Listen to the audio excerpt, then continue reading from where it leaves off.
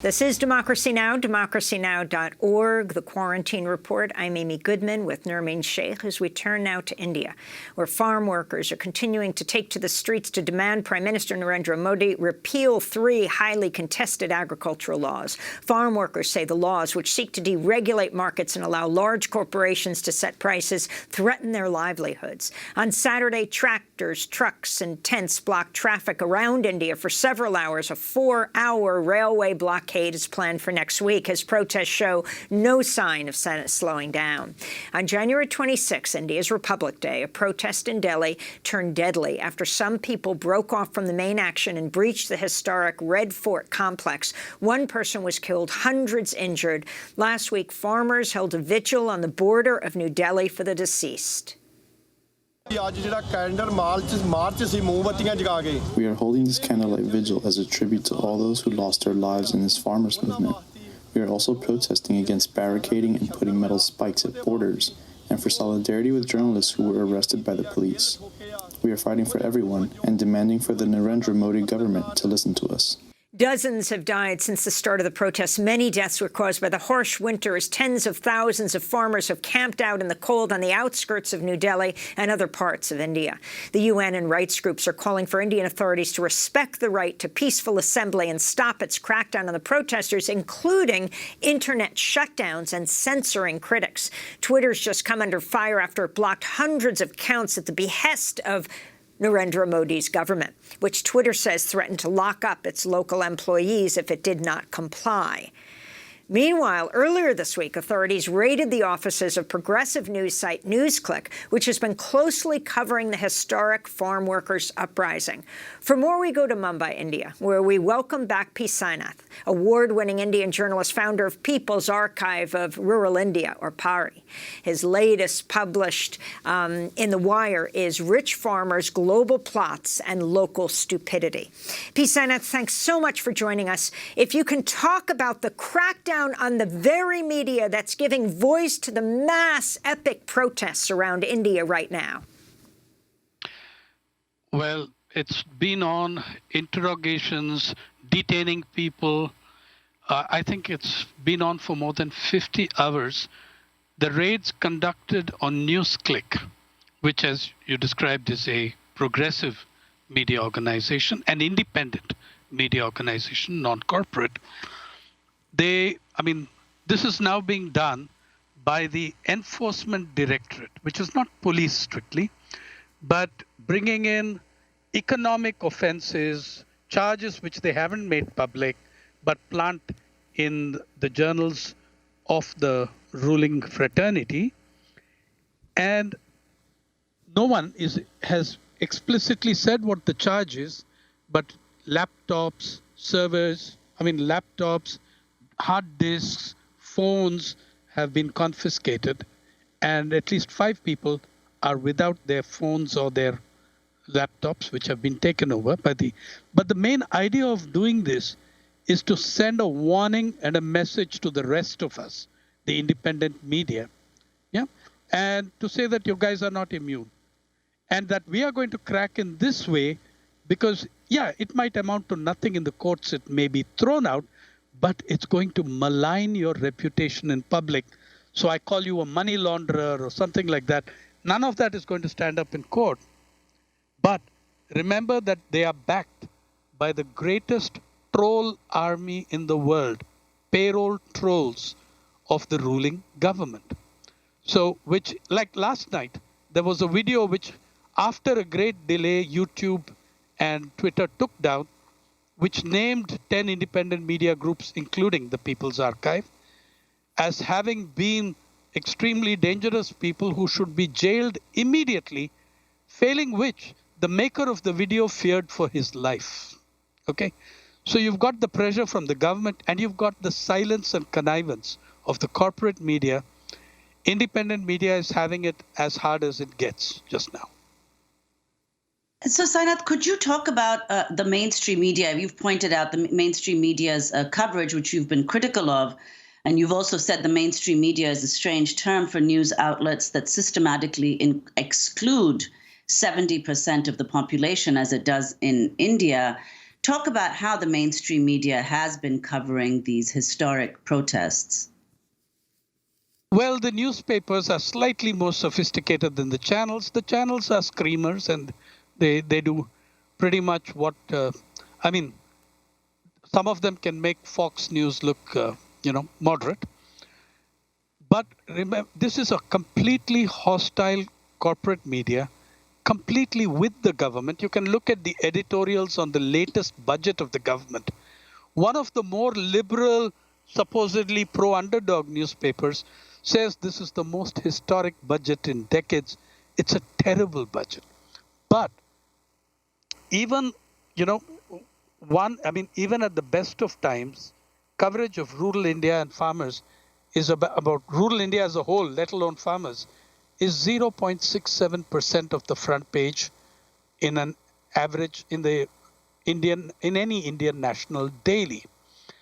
Now, these newspapers, their inside pages, crime and entertainment get more space than all the social sector beats from environment, housing, poverty, development, farming, agriculture, climate change put together don't make the kind of space that crime and entertainment make.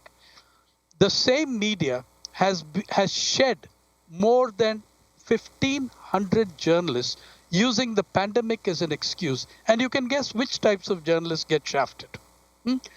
Since April last year, using the pandemic as an excuse, some of the most cash-rich media companies in Asia or perhaps the world have thrown out more than 1,500 journalists and thousands of non-journalist media workers who I think are extremely important in the entire process of information generation.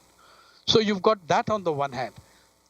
Since April last year, the government and the police have arrested journalists under extraordinary provisions.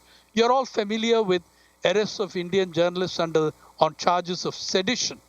They've arrested them, filed FIRs or first information reports on charges under the Epidemics Act, under the Disasters Act, spreading demoralization, blah, blah, blah, blah. So those who dissent, the message is clear. Dissent and you're doomed. There's between 70 and 80 first information reports filed against journalists.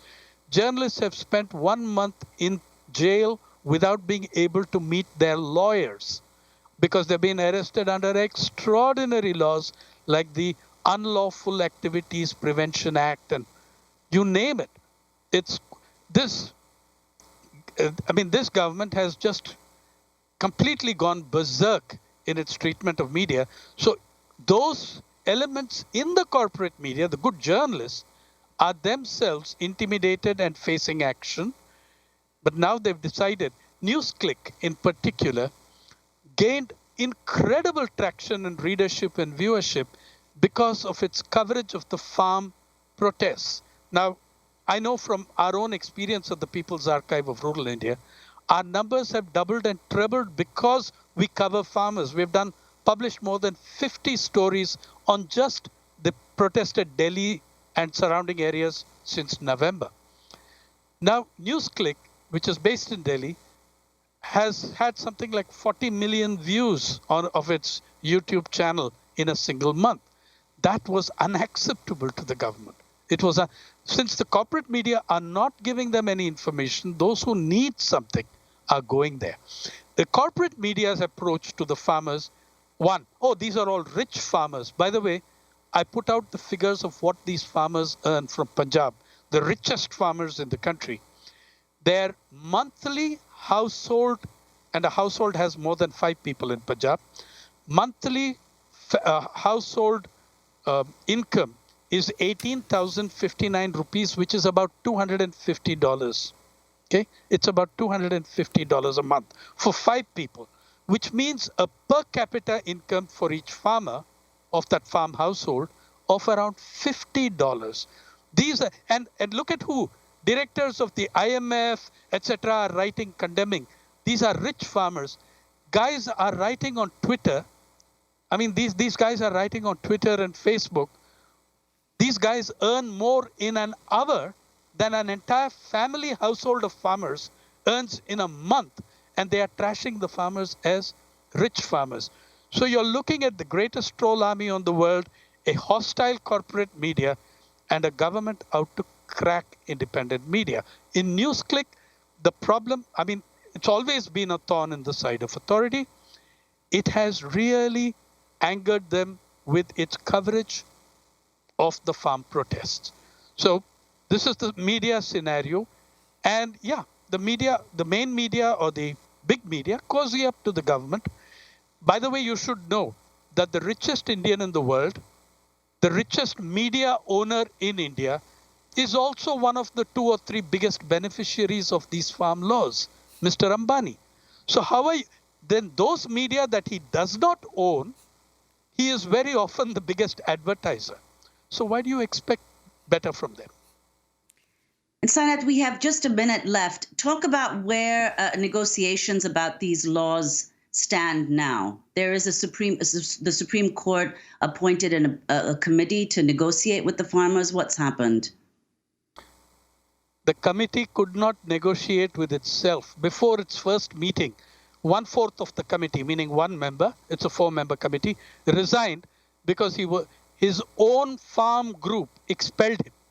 Okay, that committee cannot talk at the end of 2 months. Its mandate, it's got a 2-month mandate to provide solutions.